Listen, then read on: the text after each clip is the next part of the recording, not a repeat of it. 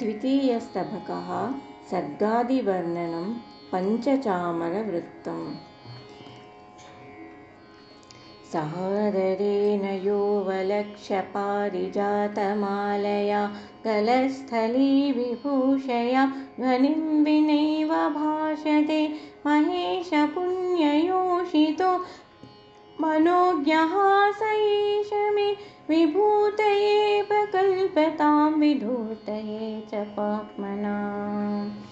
निरन्तरश्रिते सदा कृपारसप्रवाहिनी विलासिनी तनुर्विभोः पुमाकृतेर्विमोहिनी सुधातरङ्गकल्पहास भासुरानना शिवा पदाब्जलं विनोदुनोतु पाप्मनः फलं मम। करोति याभिवत्ति या निहन्ति या जगत्त्रयं समन्ततो विभाति या न दृश्यते क्वचिच्चया अतीव गुप्तरूपिणी गुरूपदेशमन्तरा न शक्यते बुधैश्च बोद्धुमन्धकारकामिनी। महान्धकारबन्धुरस्य भूतसञ्चयस्य या विनिद्रतस्य सर्वबीजधाम्नि मौनमुद्रिते समन्ततो विजृम्भणाय भासनाय च भवा महद्विधाय चेष्टितं ममेयमिष्टदेवता।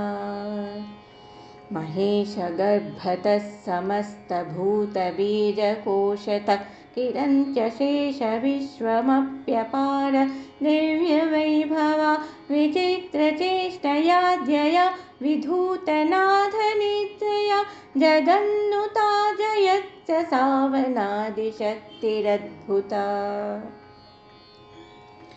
भवं भणन्ति तान्त्रिकास्त्वदाश्रयं त्वमव्ययं समामनन्ति वैदिका सदर्चिते सदा ह्ययं न कश्चिदर्थभेदयेत दाख्ययोर्द्वयोर्भवे बिभेयमादिमं पदं पुमास्परं नपुंसकम्। सचेद्भवोऽभिधानतो भवान्यसि त्वमव्यये समीयते स सद्यदि त्वमम्बभन्यसे सति न तेऽस्ति भावता न शक्तिरूपिणी हि विद्यसे न वेद्मि कालिके कथं सतो सतश्च भिद्यसे। जगद्विधानकार्यतः पुरासुरासुरस्तुते त्वमम्ब जीवितं भवस्य भावमूलवादिनां विकल्पवर्जिता मतिः प्रबोध मूलवादिनां रसोऽनपेक्ष उत्तमः प्रमोदमूलवादिनाम्। भवत्यसावतो भवान्यनादिरन्तवज्जिता जगन्ति माते नित्यमोरसौ तदभ्यध्यायुमा रसात्मिकोष्यते किलै रसौ ततः शिवोच्यते परैवमीशितुश्चितिस्त्रिधा बुधैरुदीर्यते। चितिः परैव कामना रसेन केनचिद्युता चितिः परैव सर्वदाप्यनन्त्यजस्य तु क्रिया चितिः परैव गोचराव भासि कामति स्मृता चितैव मन्यथा चितिश्चिरन्तनैरुदीर्यते। चिकीर्षतिः प्रभौ ज्वलत्वदीयकीलसन्तते विकीर्णधूमजालमेतदम्बरस्थलं ततं विनिष्टितः पुरासि या शिवप्रभुत्वरूपिणी पृथक् प्रभुश्च लाक्षितासि सा सवित्री पुष्करे। पुनर्विपाकतो घनीभवद्भिरक्षिगोचरे ततस्ततः समुज्ज्वलैः खसूक्ष्मरेणुगोलकैः अजाण्डवृक्षकोटिकन्दवृन्दवद्यधाः पुरा महेशदृष्टिमय्युमेम्ब मण्डलानि भास्वता। तपोग्निधूमजालके भवन्ति तैजसाणवो भवन्ति जीवनाणवो भवन्ति पार्थिवाणव कमेन तद्विसृष्टिरीश शक्तिपाकवैभवे सहस्रभानुमण्डलं तु गोचरादिगुह्यताम् मयूखमालिमण्डले निधाय पादमुग्रया मयूखशक्तिरूपया त्वयाम्ब चेष्टमानया खशोषतः समहृतैः पुनः स्थिरूपरेणुभिः यधायि मङ्गलादिभिः सह ग्रहैरियं मही विसर्जनेन भूयसापि देव्यतुक्तये यथा विचेष्टितं विलक्षणं पुनः व्यधीयतत्त्वया इहान्तरे वसुन्धरा मयूखमालिबिम्बयो रमुष्य कर्मणः सवितृचन्द्रमण्डलं फलम् वधूः पुमाकृति ततो बभूवथूर्युवां शिवे त्वमीश्वरश्चलीलया विहत्तुमत्र विष्णवे अहो प्रभुं नभस्तनु त्वदीयगर्भसम्भवा गृह्णन्ति काली तत्र चित्रभाषणात्वदात्मजम् पुमानथोऽस बिम्बतो हिरण्मयो दिवाकरे धियापि नैव केवलं हिरण्मयेन वश्मना इदन्तु कार्यरूपमन्यदुच्यते बुधैः प्रभो निहान्तरेणुनां पुनर्वपुस्तदम्बबिम्बितम्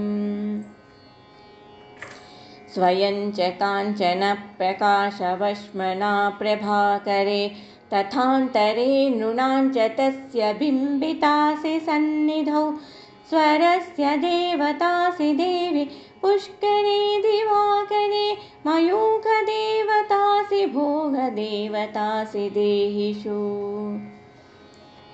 विसर्जनेन भूयसा नभस्य मुत्रभास्करे महीषु चाम्बिके युवां विधाय देहिनो बहून् शिते सुधाकरं गता नितुर्विनेतुमव्यये ब्रबद्धु तनु च तत्र बिभ्रतः प्रपञ्चराज्ञिमायया नभोऽन्तरे हिरण्मयं विभुं प्रचक्षते हरं दिनेशबिम्बबिम्बितं भणन्ति पङ्कजासनम् इहन्स्वदन्तरालयं वदन्ति विष्णुमच्युतं सवितृजन्मिनामियं त्रिमूर्तिवादिधोरिणी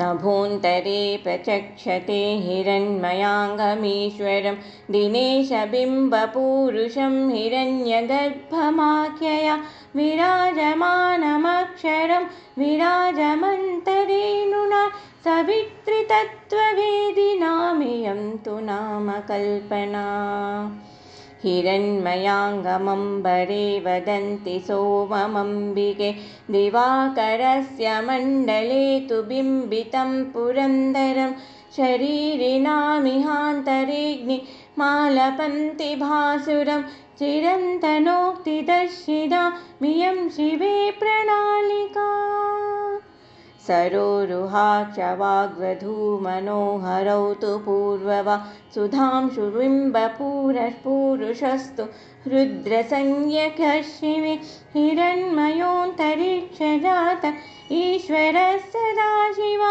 सदैव वस्तु काञ्चनाङ्गि पञ्चमूर्तिवादिनाम्